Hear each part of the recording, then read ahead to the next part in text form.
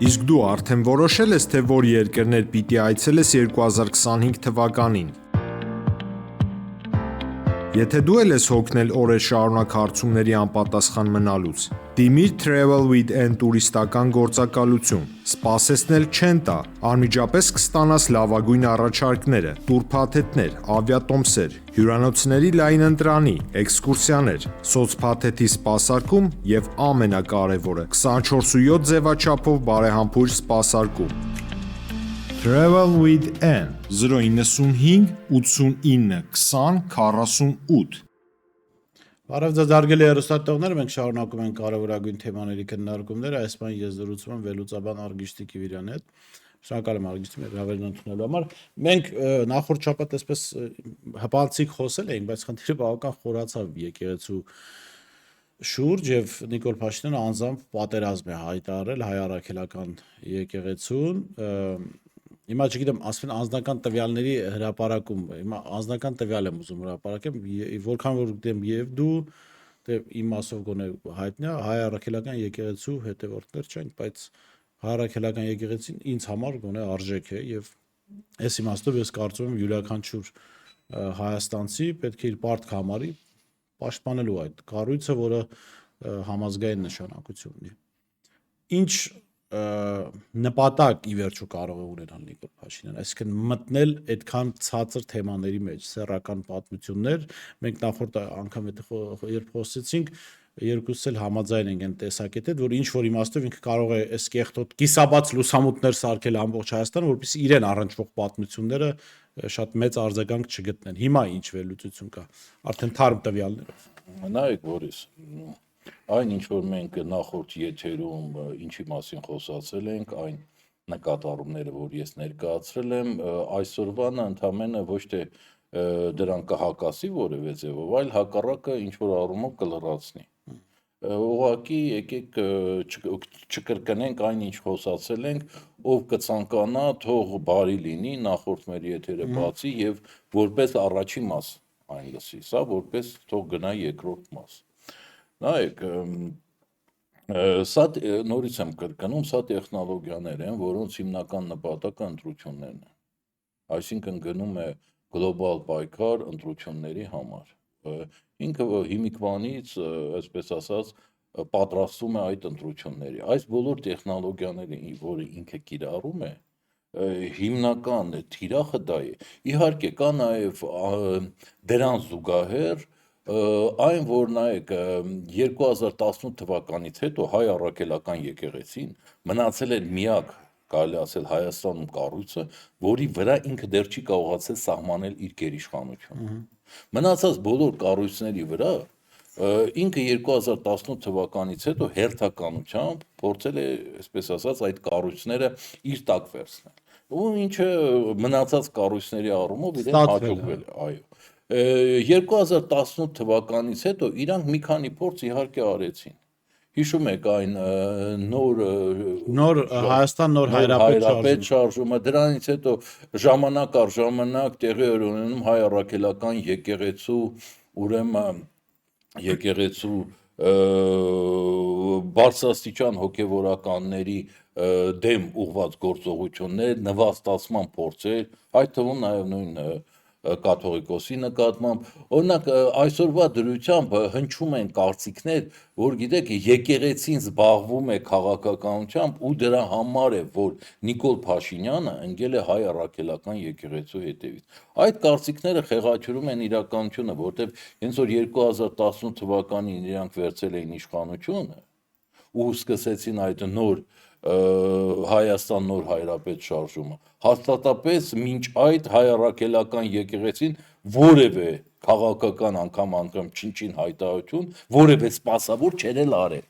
Ընդ որում ավելին հեղափոխության օրերին եղել են սպասավորներ, որոնք ժողովրդի մեջ են եղել։ Չէ, դա էլ է եղել, բայց հետո նայեք, ընդ որում հատուկ շեշտեմ մի բան, որը որևէ պարագայով, որևէ առումով արգելված չի, որ հայ առաքելական եկեղեցու որևէ սպասավոր զբաղվի քաղաքականությամբ։ Ընդ որում այնպես չի, որ սա հայկական իրականության մեջ նորություն է։ Տեր Հուսիկը Այո, ՀՇ-ն երկար ժամանակ ՀՇ-ի վարչության նախագահ էր, այո, Տեր Հուսիկ Լազարյան էր, չէ՞, կարծեմ, այո։ Եվ այն ժամանակ եւ դրանից հետո հենց որ տարիներ անց Նիկոլ Փաշինյանը դարձավ Լևոն Տեր-Պետրոսյանի հետևորդը, ինչ որ շրջան, ինքը կարող էր, չէ, ասենք, կանգնել եւ ասել, ասենք, այդ քաղաքականությունը սխալ էր։ Ինքը որ երբևիցե այդ քաղաքականությունը որպես այդպիսին հրապարակային չի դատապարտել։ Հա, այսինքն նմանատիպ նախադեպեր հենց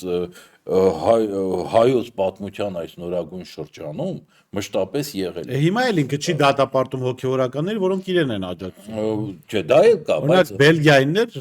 Բելգիայի հոգևոր Բելգիայի թեմի առաջնորդ, որը ողջունում էր, ասում էր եկեք եվրոպական պետություններից մեկի հոգևորականներ եղել են, որ իրան աջակցում են։ Հիմա նայեք, այս կապակցությամբ նորից եմ կրկնում, Նիկոլ Փաշինյանի կողմնակիցների այն հայտարարությունները, որ սա կապված է դրա հետ, այդ իմ վերը նշված փաստով, որ հենց որ 18 թվականին նորեն եկել իշխանության նախաձեռնեցին կաթողիկոսի դեմ այդ շարժումը, դա այսպես ասած որևէ քննության չի դիմանում, այսինքն ցույց է տալիս, որ այդ թեզը կեղծ է։ Հիմա պրակտիկ քայլերից, ինչի է Նիկոլ իր համար պրակտիկ քայլերից գնում սրան, այն ինչ որ անցած անգամ մենք թվարկեցինք բազմաթիվ եւ վիվարոների հետ կապված, որ այդ տեխնոլոգիաների օգտագործումը եւ այլն, այստեղ կարելի է ավելացնել նաեւ հետեւյալը, նայեք, Հայաստանում կան հայ առաքելական եկեղեցուց զատ բազմաթիվ կրոնական կառույցներ եւ այս կրոնական կառույցների ձայները տարբեր հաշվարկներով ավելի քան 200,000 են եւ սրանով չի բացառում որ Նիկոլ Փաշինյանը փորձի ներգրավել այս այսպես ասած ընտրազանգվածին իր շարքերում վերջի վերջո թիրախավորելով առաքելական եկեղեցին իհարկե չմոռանանք որ Բորիս 2018 թվականին այս կրոնական խմբերից ոմանք բավականին ակտիվ պաշտպանել են Նիկոլ Փաշինյանին եւ այդ 2018 թվականի այսպես կոչված շարժումը Դրանից հետո ինչ որ այսպես ասած սառեցում նկատվում էր եւ այսօրվա դրությամբ ես չեմ բացառում եւ ինչ որ առումով նաեւ ոչ միայն չեմ բացառում վստահ եմ որ Նիկոլ Փաշինյանը այս կերպ փորձում է շահել նաեւ այդ զանգվածի ձայները մենք ընթացքում հաստատապես կտենանք այս կապակցությամբ ավելի հիմնավոր փաստեր Բայց նորից եմ կրկնում, այն, որ ինքը ուրեմն իր մոտ 2018 թվականից հետո չի ստացվել իր վերահսկողության տակ վերցնել միակ կառույցը Հայաստանում գործող, ակնհայտ է, որ իր մոտ դա առաջացնում է նյարդային ինչ-որ խնդիրներ։ Եվ այս կապակցությամբ նայեք, ինքը գործի է դրել այն մեթոդները, որոնք օրինակ մշակվել են տասնամյակների ընթացքում, այսպես ասենք KGB-ում։ Օրինակ, լավ, այսպես բաց խոսենք, նայեք, օրինակ այս տեխնոլոգիան, KGB-ի լավագույն ավանդույթները պահում անիք։ Այո, մասնագիտական ավանդույթներ, ընդ որում այստեղ է երևում, որ այդ մարդը, այսպես ասած, կամ իրան ինչ-որ մեկը շատ լուրջ խորհուրդներ է տալիս, կամ ինքը այդ առումով ինչ-որ փորձառություն Դե մարդը գիտի չէ իրեն ինչով են կոնտրոլի տակ պահել, հիմա ինքն է փորձում։ Օրինակ նայեք, եկեղեցու դեմ ուղղված գործողությունը KGB-ում այդ քարոզչական ինքը հնարք էր, օրինակ, որը կոչվում էր հոտած զկան տեխնոլոգիա։ Ինչ է այդ տեխնոլոգիան Իրանից ներկայացնում այդ հոտած զկան տեխնոլոգիան։ Դու դաշտ ես գցում ինչ-որ մեկի դեմ, անձի դեմ, իսկ տվյալ դեպքում խոսքը գնում է ողջ եկեղեցու կառույցի դեմ, իբր փաստեր, բայց որոնք իրականության մեջ անդեմ փաստեր են։ Օրինակ նայեք, քերակնոջը անհայտ անձը դոմփել է քերակնոջը։ Անհայտ քերակնոջը։ Չէ, նայեք, եւ անձն է անհայտ իրականության մեջ, եւ քերակինն է անհայտ։ Բայց քանի որ դիմացը գրված է սրբազան, ակնհայտ խոսքը ինքը միակ փաստը որ կա, որ իր մատնանշած անձը հայ առաքելական եկեղեցու կառույցի ներկայացուցիչ է։ Ոչ թե ասենք խոսքի օրինակ այլ ինչ որ կառույցների, դա մեկ, երկրորդը իր կինը խոսում է մանկապղծությունից եւ այլն։ Ճիշտ է։ Ընդ որում այդ ԱԱՑ-ի մասնագիտական գրականության մեջ որպես օրինակ բերվում է, որ նմանատիպ մեղադրանքները, օրինակ դաշնագույն սպանության, մանկապղծության, հարազատեց սեռական, ուրեմն այդ դրանք լավագույնս օգտագործելի են։ Նայեք, ներողություն արգիշտի, այստեղ նաև անդեմությունը թույլ է տալիս հասարակության պլեբսային հատվածին զոր տալ իրենց ֆանտազիային։ նայեք, Քերակնոջ պատկերներ բերել։ ուրեմն նայեք, սա հենց այդ մասնագիտական տեխնոլոգիայում դա նկարագրում է, որ նման ձևով պետք է լինի։ Մեղադրանքը պետք է լինի անդեմ։ Օրինակ, նայ, հիմա ասենք անդեմ մեղադրանքի պարագայում դու դրա մեջ մտցնում ես կառույցի կարելի ասել բոլոր ներկայացուցիչներին։ Հիմա բոլորին հատ հայ առաքելական եկեղեցու բոլոր սպասավորներին կարող են ասել, որ խոսքը քո մասին է։ Դե ամեն մեկի ինչ որ մեկի հետ շնամական բանկ ունեն, հա։ Նախորդին Սրբազան Միքայել Աջապահյանը շատ ուղիղ ասեց, ասում է, ընկած ինձ ողջ օրը հարցում են քերակին ունես թե չէ։ Այս սա է տեխնա, բոլորին սկսելու են, այսպես ասած, կասկածել դրա մեջ։ Բոլորին, որ սկսեն կասկածել մանկապղծության մեջ։ Դրանից հետո Նիկոլ Փաշինյանը նոր անցավ Գարեգին երկրորդին։ Այսինքն մթնոլորտ ապահովեց։ Այո, ինքը ապահովեց, որ նայեք, ողջ կառույցը արատավոր է, այնտեղ վխտում են քերեկիններ, դոմփողներ եւ մանկապիծներ։ Արգիշտի ներողություն, այս տեխնոլոգիայի մեջ է մտնում, ուզում հասկանալ, Սորոսական Դանչոյի հարցազրույցը, որտեղ ինքը ասում է, մեզ չի հետաքրքրում կաթողիկոսը կին ունի, մեզ չի հետաքրքրում կաթողիկոսի կինը աղջիկը Սարյանի վրա տեղատուն ունի թե ոչ, սա էլ տեխնոլոգիայի մաս է, ինքը չի հետաքրքրում, բայց տեղեկություններ։ Նայեք, այո, այդ նման ձևով տեղեկություններ մատուցել, որի փրկես չի հետաքրքրում, բայց լավ էլ արդեն տվեցի ասինքն մեզ չի հետաքրքրում, այսպես ասած, ում քերը, բայց ինքնա քերակին կոպիտ ասած, հա։ Նայեք, այս խնդիրը փուլ առ փուլ, այս կոնկրետ այս մեթոդի, այդ հոտած զկան մեթոդի աճացնելով հոտած զուկը այնպես քսել անձի կամ կառույցի վրա, որ այդ հոտից էլ իրանք երբևիցե պրծում չունենան։ Երբ խոսան, ասենք մարդիկ հայ առաքելական եկեղեցու սպասավորից, իրանց աչքի առաջ կա մանկապիղծ կամ քերեկնոջ դոմփող։ Սա ասում եմ, սա հայտնի այդ ժամանակին KGB-ի կողմից մշակված դեզինֆորմացիայի, հասարակությունների պառակտման, ընդ որում ես ձեզ մի բան ասեմ, այս տեխնոլոգիաները, մեթոդները կազմվել են հակառակորդի դեմ օգտագործվելու համար։ Ոչ թե սեփական հանրության։ Հասկանում եք, ողջ խնդիրը ինչումն է։ Սա օրինակ KGB-ն օգտագործում էր հակառակորդ պետություններում։ Ինքը սա չի։ Դե Նիկոլ Փաշինյանը մեզ հակառակորդ պետք է։ Նայեք, եթե Նիկոլ Փաշինյանը սա օգտագործում է հայկական սեգմենտում, նշանակում է ինքը Հայաստանը դիտարկում է որպես հակառակորդ պետություն։ Սրա մեխերից մեկը սա է։ Սա կազմվել է, նորից եմ ասում, ՍՍՄ-ի այդ մետադիչկաները, էլի այսպես կոչված, KGB-ի կողմից կազմվել են այդ քարոզչական հասարակության ժողովուրդների պառակտման եւ այլ այս մեթոդները կազմվել են իրանց թշնամի պետությունում, կիրառվել են, ասենք, ԱՄՆ-ում, կիրառվել են եվրոպական այդ այսպես կապիտալիստական Եվրոպայի երկրներում, բազմաթիվ այլ երկրներում են կիրառվել, ուրեմն որը հակասովետական էր, դա դրա համար է կազմվել։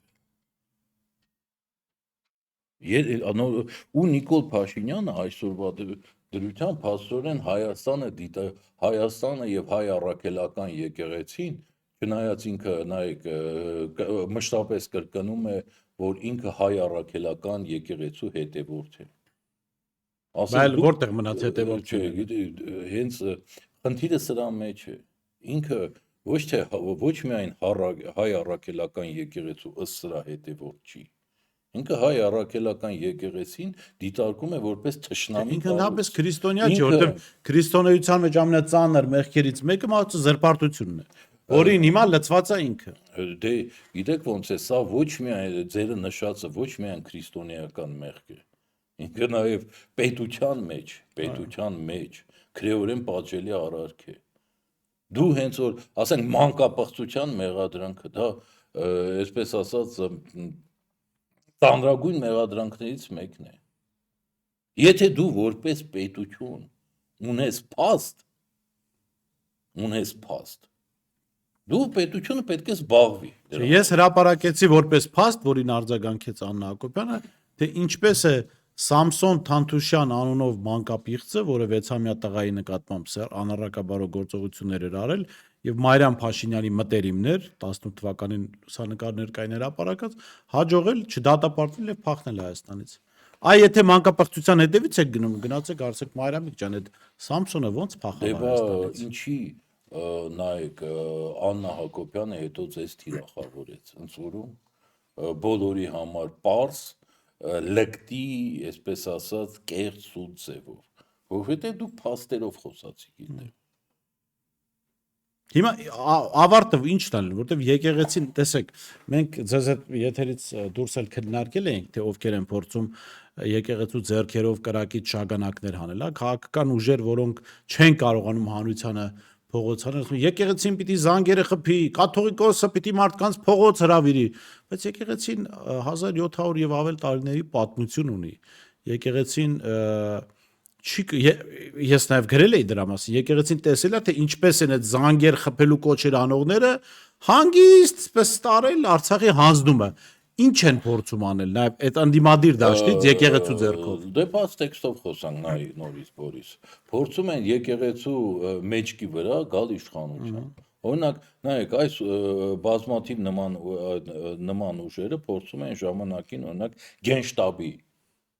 ուսերին գալ իշխանության։ Որ կեղտոտ գործ ինչ-որ մեկ ուրիշ անի։ Այո, նայեք, որպիսի կրակից շագանակներ հանի ուրիշը, բայց այդ շագանակները ուտեն իրենք։ Օրինակ, եկեք լավ, նորից պարզ տեքստով խոսանք։ Ինչի գենշտաբը չգնաց նաև այդ քայլերի։ Գենշտաբը հոյակապ գիտեր, որ ասենք ինքը եթե իր ուսերին տաներ այդ բեռը, տանրագույն բեռը հեղաշրջման, դրանից հետո առաջինը հենց Նիկոլին գցելուց հետո այդ ուժերն են կանգնելու, ասելու, որ գենշտաբի որևէ այդ ներկայացուցիչ պետք է իշխանության չլինի։ Մղեին նրանց դուրս եւ իշխանություն վերցնեին իրանք։ Հասկանում եք։ Եվ ակնարկել եղավ, ես ասեմ, գենշտաբի հայտարարությունից անմիջապես հետո ՀՊՇ-ի ներկայացուցիչներից Արտուր Վանեցյանը հրապարակային հայտարարել է գլխավոր շտաբը այլևս անելիք չունի։ Նայ Բորիս։ Ընդ որում նաև միք բացառի, որ դրանից հետո անգամ իրանք ասեին, այդ քաղաքական ուժերը հայտարարեին, որ հեղաշրջում իրականացած գենշտաբի ներկայացուցիչները ցանկացած դեպքում պետք է դատապարտվեն։ Հիմա նույնը ասենք նայեք, ցանկացած հայ առաքելական եկեղեցու բարձրաստիճան սպասավորի հետ կապված այ քաղաքական ուժերը թույլ կտան, որ ասենք ընդունենք, թե նրանք կարողացան գցել Նիկոլ Փաշինյանին, որ նա գա իշխանության, չէ, միանգամից խաղից կհանեն այդ մարդկանց, որ դուք ինչ գործ ունեք քաղաքականության հետ, կպաշտպանեն Նիկոլ Փաշինյանի այդ տեծերը եւ կփորձեն իրանք գալ իշխանության։ Ինչ էին ուզում իրանք հայ առաքելական եկեղեցին, որ հայտարարի, որ կողմ է իմպիչմենտին, այդ ժամանակ ամեն ինչ իրանց համար կանգներ իր տեղը, չէ։ Եթե այդ իմպիչմենտ բառը impeachment բառը հնչել բազմաթիվ հանրապետականների համար, որոնք այսօրվա դրությամբ, այսպես ասած, Ծաղրում են եկեղեցու դիրքորոշումը։ Ուրեմն դա կլներ լրիվ օքեյ։ Բա որ մեջնել գրեին, որ լավագույն գրոսմայստերը Սերժ Սարգսյանն է, այդ ընդհանրապես, այսպես ասած, դա ֆուրոր կառաջացներ հանրապետականների շարքերում։ Իսկ իրականության մեջ, Բորիս, հայ առաքելական եկեղեցու հայտարարությունը հավասարակշռված, ընդ որում բավականին խիստ հայտարարություն էր, որոնք էին մեխերը։ Ասում է դու իրավունք չունես, դա քո իրավասությունը չի, դա մեր իրավասությունն է։ Հստակ կոնկրետ։ Այսինքն այն, որ Հայաստանի այսպես ասած իշխանությունները հայ առաքելական եկեղեցու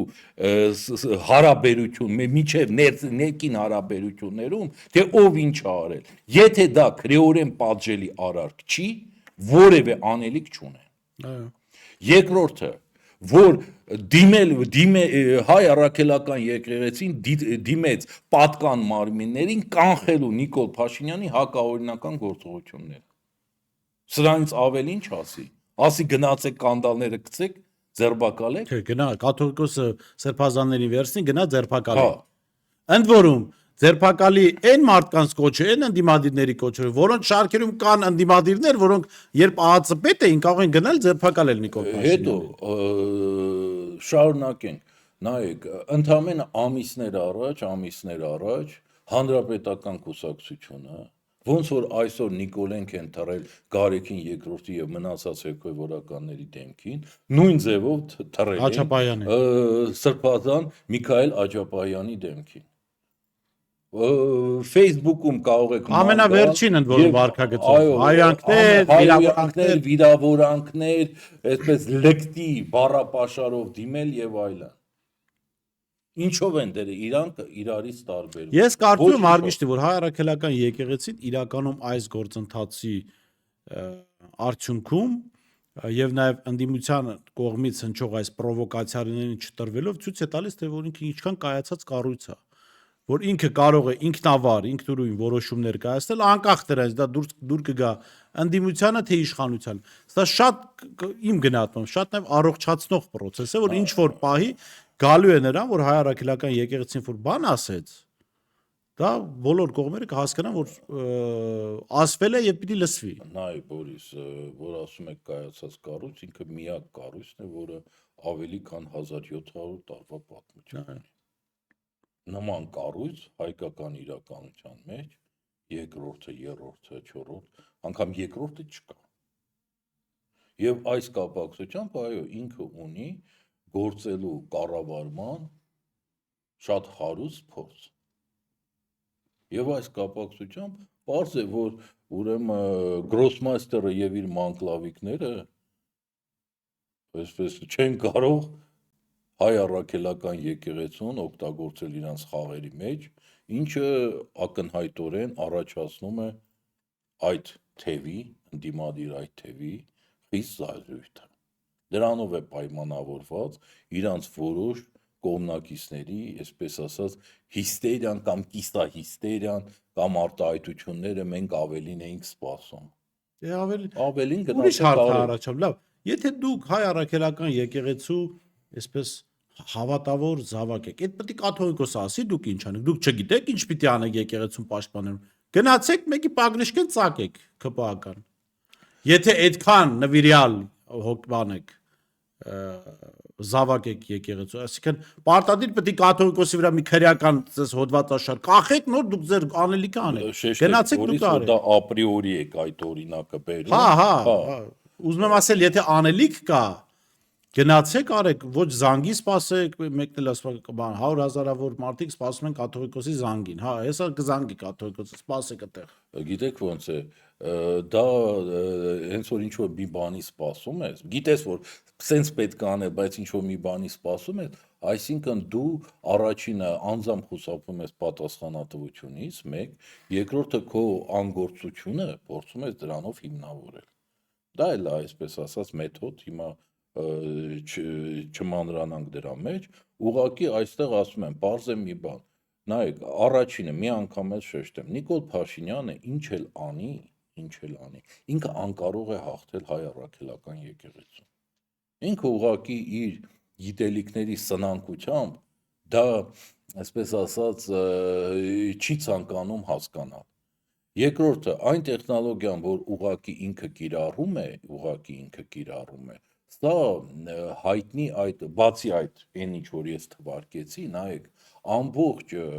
աշխարհում դարեր շարունակ հայտնի եղել մի կարգախոս՝ մասնատիր եւ տիրիր։ Ինքը փորձում է ավելի պախտորել հայկական իրականությունը, ավելի պախտորել ջուրը, առավել բոլորին մասնատել, որ այդ պարագայում փորձի 2026 թվականին նորից տիրել իշխանությանը։ Այս է պետք հասկանալ։ Եվ նաև որպես ամփոփում ասեմ, որ այդ մարդկանց կոչերին, եթե այսպես եկեղեցին չնայած միամտություն չունի, միամտություն ունենար հետևելու, ապա Նիկոլը, որը այս պայն զրկված է իրավական գործիքներ կիրառելուց եկեղեցում, կստանար այդ գործիքները, այսինքն կասեն դե արդեն սա քրեական հանցագործություն է, այսինչ ձեր անելիքը։ Այնպես որ համաձայն եմ քեզ հետ, որ եկեղեցու դիրքորոշումը եւ խիստեր եւ այսպես կշռադատված թափ, այսինքն առանց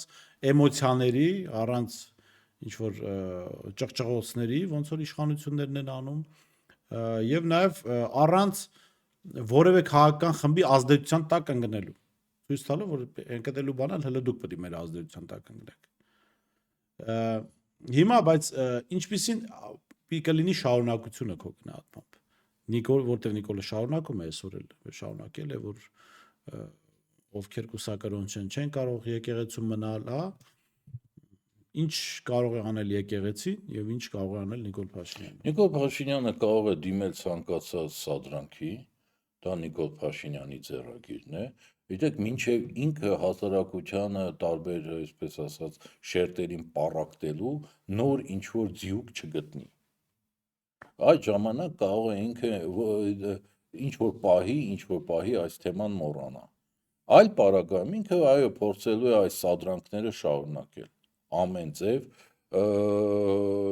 ես չեմ բացառում, որ նայեք ինքը դիմի նաև որոշ հոգևորականների ձերբակալության փորձին այս կամ այն քրեական մեղադրանքներով։ Ակնհայտ է, որ այդ մարդը շալակել է ԱԱՑ-ի ողջ արխիվները եւ փորձում է այնտեղից ինչ որ բան ստանալ։ Դե ինքը փեսա չունի իր մոտ ապահոման։ Դե փաստորեն դե չի բացառում, որ այսպես ասած վաղը իր երեխաները սկսեն հրապարակել։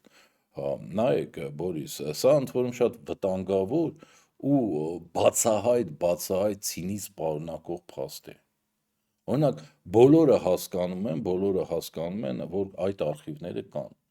բայց այլ բան է հենց որ դու այդ արխիվները սկսում ես նաև թափահարել հրապարակային։ Օրինակ, գիտեք, իր մոտ իրականում ոչ թե խնդրի լուծումն է, իր մոտ այդ ամեն ինչը կազմաքանդելն է։ Օրինակ, այլ պետություններում այդ արխիվները օգտագործվում են հենց խնդրի լուծման համար եւ օգտագործում են ոչ հրապարակային, այսինքն իրանք հրապարակային կերպով ինստիտուտները հենց հրապարակում են դադարਵਾ կոմպրոմատ լինելու։ Ասենք խոսքի օրինակ գիտես, որ այս կառույցում կա կոպիտ ասած մանկապիրտ ապրիորի իրական։ Ասենք ԿՊ-ում։ Ածն բարձրացնում որ ԿՊ-ում կան մանկապիրտներ։ Ну, չէ, նայ, խոսքը եկեք ընդհանրապես X կառույց։ Բայց եթե դու նպատակ չունես X կառույցը կազմաքանդել, ընդամենը այդ հարցերը լուծում ես ոչ հրապարակային կերպով։ Իսկ եթե դու ուզում ես հենց կառույցը կազմաքանդել, դու իրականության մեջ անում ես այն, ինչ Նիկոլն է անում, անդեմ հայտարարություններ, որ ասում են բոլոր ով նայի տերտերներին մտածի, որ կամ սրանք մանկապիրտ են, կամ իրանց քեռակնոջն են դոփում։ Այսինքն սա նորից չկրկնվեմ, այդ հատուկ այն տեխնոլոգիաներն են, որոնք ուղղակի ժամանակին ստեղծվել են հակառակորդ պետությունները կազմաքանդելու համար։ Վերջում ես պիտի վստահ եմ այդ խորհրդի կարիք երևի թե չունեն էլ եկեղեցականները։ Ես բայց այնուամենայնիվ հրապարակային առաջարկում եմ բոլոր այն հոգևորականները, որոնք առիթ կլինի, որ իրենց եկեղեցում որտեղ իրենք սպասավոր են կամ այն կառույցում աշխատում են, կմտնի Աննա Հակոբյանը եւ Նիկոլ Փաշինյանը, կամ հեռացեք իրենց, կամ արագ հեռացեք։ Ինչու եմ ես սա ասում, որովհետեւ չեմ բացառում, որ եթե մանկապարտության զրպարտանք են անում, հայտարարեն, որ իրենց բռնաբարել են եկեղեցում կամ չգիտեմ, այսինչ հոգևորական, այնպես որ հեռու մնացեք, ես խնդրում եմ այս երկու մարդկանց տեսնելիս հնարավորինս հեռու փախեք։ Ես օրինակ էլի խոսակցություններ կան, որ Աննա Հակոբյանը փորձել է խմբագիրներին հրավիրել, կրթվել է Նորաձևի արշավին, անգամ եթե բոլոր խմբագիրները գնան, ես չեմ գնա։ Հետո ստիպված կլինենք ինչ-որ քրեական գործերի տակից դուրս գալ հորինված։ Համաձայն ես թե չէ։ Դե այն որ դու Մի չես վտանգեք գնա, դրա այն որ դու չես գնա, Բորիս, ես վստահ եմ, որ դու չես գնա եւ ոչ միայն քեզ չես վտանգի, նաեւ այդ կերպ, այսպես ասած, կփորձես պահել հայկական լրագրողական պատիվը։ Այո, շնորհակալ եմ ցտեսություն, հարգելի հեռուստատողներ, իջեցնում զրուցում էի Արգիշտի Կիվիրյանի հետ, հանդիպենք։